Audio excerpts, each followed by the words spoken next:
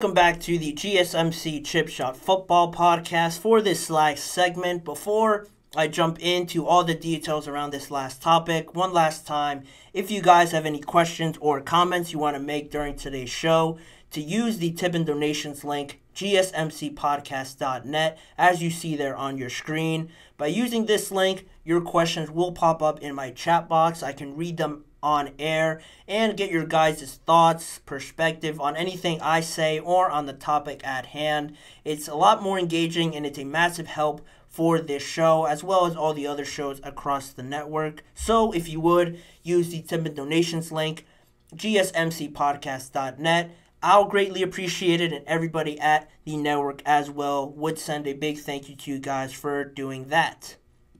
But on the last topic on today's show, to wrap up the week, I'm sure most of you have seen it, have heard other people talking about it. Jason Kelce addressing those ESPN reports that say he is the newest member of the Monday Night Countdown pregame show for Monday Night Football, obviously. If you aren't aware, already on that crew, Scott Van Pelt, Ryan Clark, Marcus Spears. They had RG3 on there a few times. I know they had Larry Fitzgerald as well at some points. Maybe not every pregame, but he was on there last season. So now Jason Kelce reportedly, allegedly has agreed to be on that show.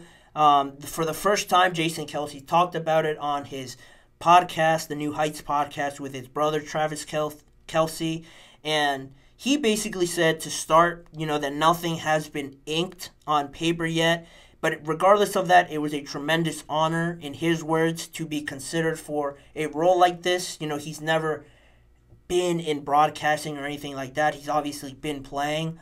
He has a podcast, but this is a very new realm for him, and he goes more into it in his podcast about trying this new realm after playing, and how he'll have to learn really what this whole new area entails, what sort of ins and outs there is to this business. But he definitely hasn't said no to it, but he made sure to say that it isn't 1,000% going to happen.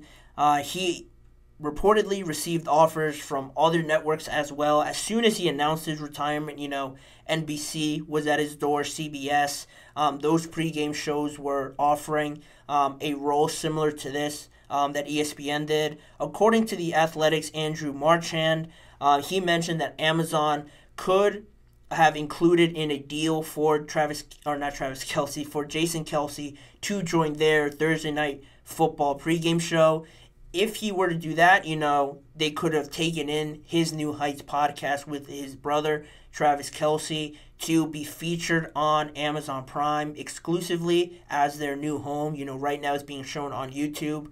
Maybe they could have worked out a deal there with Amazon to bring the podcast over, as well as getting Jason Kelce to join that crew. But nothing has been reported from there. It was an offer, but it seems like it just seems like a matter of time before Jason Kelce officially signs to ESPN. On that topic, he said, throughout the whole process, meeting and talking to everybody over at ESPN, it became apparent that it was really the right fit at the end of the day, something that I'm really, really looking forward to in this next phase. So he seems pretty content, pretty sure that this is the right move, but he has to still sign, apparently. There is still time. He doesn't have to do it now. I'm sure ESPN feel that they're close with Jason Kelce, and to bring him in, I don't have to explain what they're getting in Jason Kelce. If you watch the podcast or if you don't watch the podcast, you see it everywhere on social media or on the internet. People are interested in what he's saying. He has some pretty funny clips out there. He is very entertaining. Whether it's at a Bills game, at a Super Bowl party, on his podcast, people will tune in to see Jason Kelce. And if ESPN is able to pull this off, bearing any 180-degree turns on his decision, I think this would work perfectly for both ESPN and Jason Kelce. Not only for ESPN to bring in Kelce and get his insights, really pick his brain to give the audience a new perspective from an offensive lineman, seeing the game differently than maybe a Ryan Clark who played defense, who played safety, Marcus Spears as well. You get a different perspective from Jason Kelce, and especially just coming off of retirement, getting a new feel for the league and some of these guys that are still currently playing, who he played against or with. I think all of that, a lot of people will tune in, and I think ESPN is doing the right thing by just waiting, chomping at the bit to see which player retires next and trying to entice them into joining them in some facet. Kelce has the personality, the knowledge, like I mentioned, to be great at this job. I expect him to sign. It seems pretty evident now, and I would be looking forward to it a lot if he signed and joining that ESPN crew. Similarly, to pivot into something related to this, ESPN continues to add these guys on. It is reported that Bill Belichick also plans to be a recurring guest on the Manning Cast, an alternate streaming option if you choose not to go the traditional route with Joe Buck and Troy Aikman. There is the Manning Cast, and it is reported that Bill Belichick could be a reoccurring guest on there. So, you have Peyton Manning, Eli, and Bill Belichick all talking about football. That, again, is very much must-see TV for anybody to listen to some of the greatest minds and players in the league. That certainly seems like the right way to go if you're ESPN. And also on Bill Belichick, he recently featured on the Pat McAfee show NFL Draft Spectacular, covering the entirety of the first round.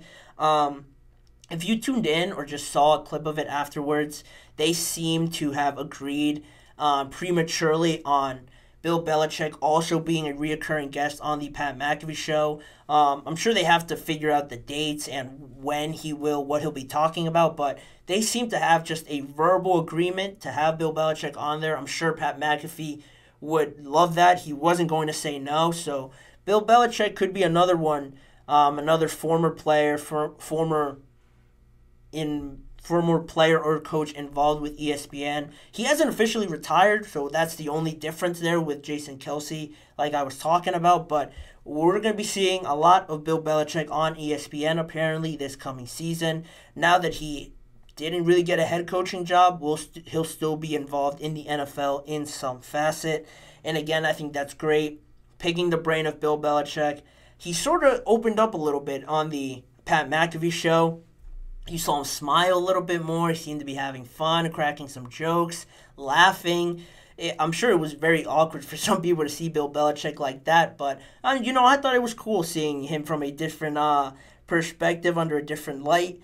And just to wrap it up, touching on other subjects in broadcasting, I won't go too much into it. You have Tom Brady over at Fox. He's projected to be on the A-team there. I can't remember the name of the play-by-play announcer now. It's Kevin Burkhardt. He's going to be with him in the booth for those Fox games. Of course, if he doesn't unretire and play for the Las Vegas Raiders, that is his plan right now, but you never know with Tom Brady. Matt Ryan will be on NFL Today. I talked about that on a YouTube short. He'll be on that pregame show for the CBS games. And all these guys are now just transitioning to television. I think it's great, starting with Jason Kelce going to ESPN, and these other guys as well. It is a new sort of wave of players coming in and taking over the broadcasting side now. It is this massive cycle that just continues to go on from the NFL to the broadcasting side. And on the Jason Kelce note, one more thing I'll say is that, with Jason Kelce now being on there and Travis also being a prominent member of this podcast, it is both of theirs, and him appearing more and more on television, I wouldn't be surprised if at some point, similar to the Pat McAfee show that started on YouTube, if the New Heights podcast also ended up featuring on ESPN as well as YouTube. That similar sort of model you see with the Pat McAfee show. They're on ESPN for an hour or two, then they continue on YouTube. I wouldn't be surprised if the Kelce's work out a deal like this with ESPN, not for their benefit, but for both the company and Jason Kelce. It just seems too obvious not to happen. I'm sure both would be happy to work it out if the numbers align. But that's really the last thing I wanted to mention there. It all just continues to cycle on through. Jason Kelce, we could be seeing him on Monday nights. I'm hoping that that is the case, but he still has to confirm it. But on that note, and wrapping up with ESPN and Jason Kelce, that'll do it for today's episode of the GSMC Chip Shot Football Podcast. I want to thank you guys for tuning into today's episode. And just please remember to like, follow, and subscribe to the show, as well as keeping up with the social media platforms around the network on Facebook, Instagram, X, and TikTok for more of the network's content outside of sports as well. If you want to see more of me and this show, check out the GSMC Sports Network channel and the Podcast Network channel on YouTube for all the live recorded shows, full shows that are all on both channels. YouTube Shorts are all posted on both of those channels as well, on top of the individual segment videos that if you missed a certain segment or don't have time to watch a whole show, you have the opportunity to see just specific segment videos on both of the YouTube channels as well. And as a reminder, tune in every weekday at 6:30 p.m. Eastern Time to talk more NFL and just football in general with me, Manny Maradiaga, as your host, signing off for this week. Hopefully you guys all have a great weekend, and I hope to see you guys back here joining me on Monday.